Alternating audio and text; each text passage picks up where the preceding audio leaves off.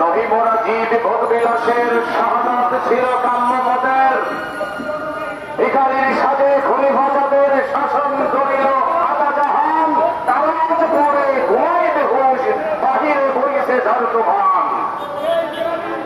সম্মানিত উপস্থিতি, মুসলিম আওয়াজ কর্তৃক আয়োজিত আজকের এই জাতীয় প্রস্তাবের সামনে ইসলামী শাসন ব্যবস্থা প্রতিষ্ঠার লক্ষ্যে আয়োজিত এই অনুষ্ঠান কর্মসূচির সম্মানিত সভাপতি, প্রধান অতিথি, অতিথিবৃন্দ, সাংবাদিক ভাই বৃন্দগণ, সম্মানিত দেশবাসী, আসসালামু আলাইকুম ওয়া রাহমাতুল্লাহি ওয়া বারাকাতুহু।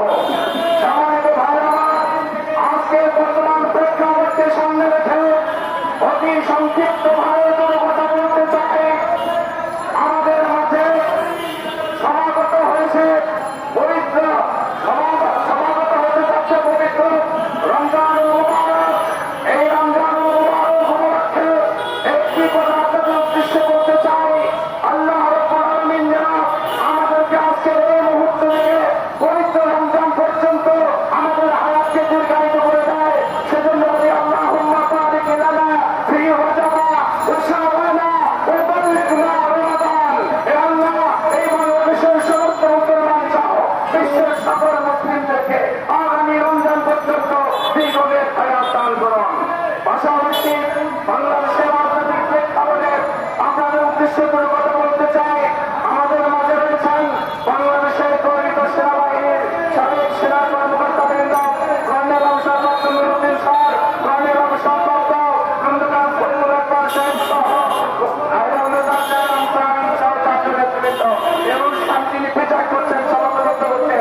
তিনি হচ্ছেন মুসলিম মহোদয় সম্মানিত পরিচালক জনাব ডক্টর মেজর মুসাফর মাসুদুল হাসান। সাংবাদিক ভাই বন্ধুগণ, বাংলাদেশে যে বিপ্লব সংগঠিত হয়েছে, সেই বিপ্লব শুধু একদিন হয় নাই। বিগত 16 বছর যারা রাসূল করিম সাল্লাল্লাহু আলাইহি ওয়াসাল্লামের ওই হাদিসটাকে তারা ফলো করেছে।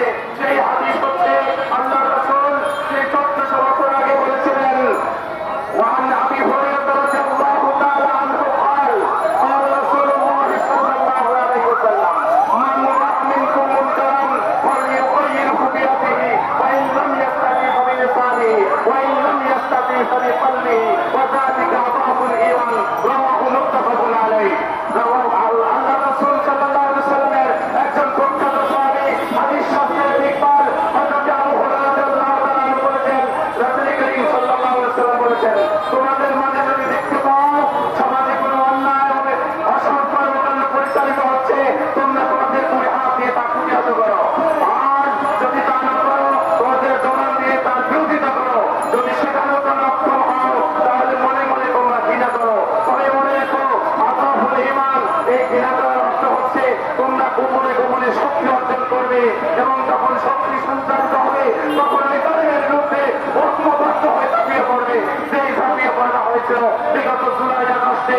এদেশের আমার বিদ্রোহীরা ছাত্রতা ঐক্যবদ্ধ হয়ে আল্লাহকে সাক্ষী রেখে ইমানকে ভারতের কাছে বন্ধক দেয় নাই।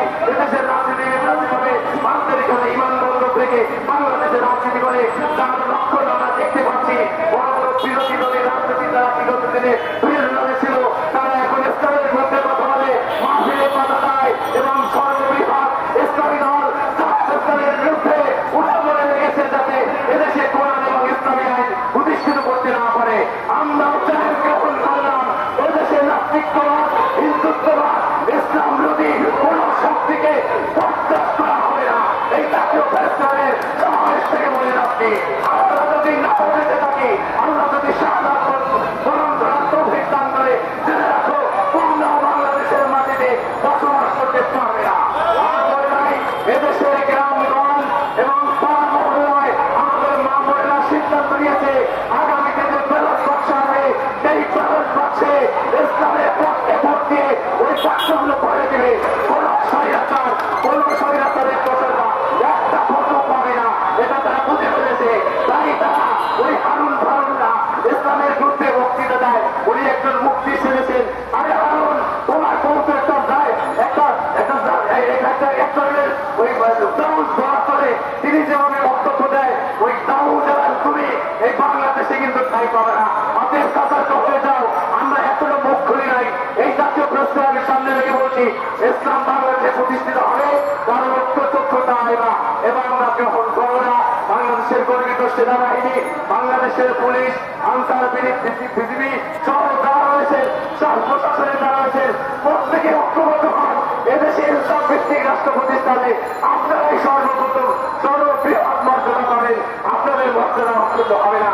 সুতরাং সকল শ্রেণী পেশার মানুষদেরকে আমরা ঐক্যবদ্ধ হয়ে ইসলামের পক্ষে অবস্থান গ্রহণ করার উদাত্ত আহ্বান জানিয়ে আপনাদের সকলের সুস্বাস্থ্য কামনা করে আমি আমার সংক্ষিপ্ত বক্তব্য শেষ করছি। আল্লাহ হাফেজ। বাংলাদেশ জিন্দাবাদ, মুসলিম হল জিন্দাবাদ এবং নাগরিক মানুষ জিন্দাবাদ।